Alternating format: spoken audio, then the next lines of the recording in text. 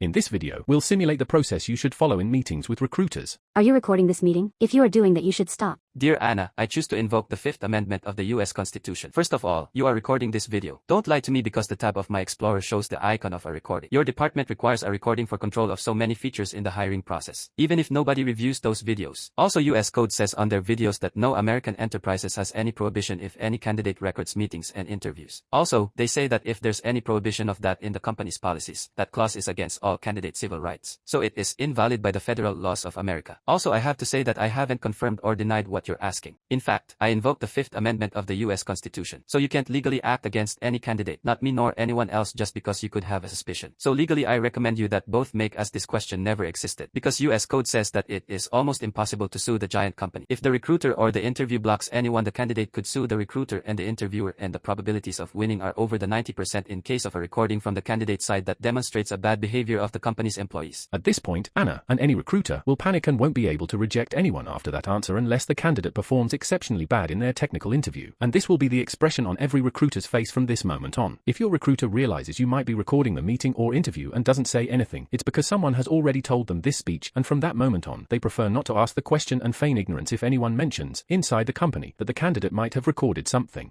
Okay, I didn't ask anything. I will send you an email with a document to fill your available spots. The more slots you give us, the better it will be for everyone, both you and us. Good luck with your interview. Thank you so much. After a conversation like this, every candidate will end up with a smile like John's, and every recruiter like Anna will end up with the same expression. Don't feel bad for her, because she won't lose her job, maybe the bribes if she's one of the recruiters bought off by some organization outside the company. But always remember, it's either her or you, it's either her or your family's food, it's either her or your family's well-being, because they will always be the ones who won't give you the job, no matter how great you do in every interview. The system is corrupt, and we are all victims of it. If you do what John did, just perform exceptionally well in the interviews, and you'll have your job, just like it was before 2012 when Bootcamps started appearing. Remember, we don't deserve to be rejected if we perform well, only to have the position taken by someone who only took a 4-month course and knows nothing about the realities of working in computer science. If we unite, Bootcamps will lose many of the job openings they're currently taking from us. We will show you everything in our full videos. Go to the link and follow our instructions. Give us a like, subscribe to our channel, and share these great news to all your contacts.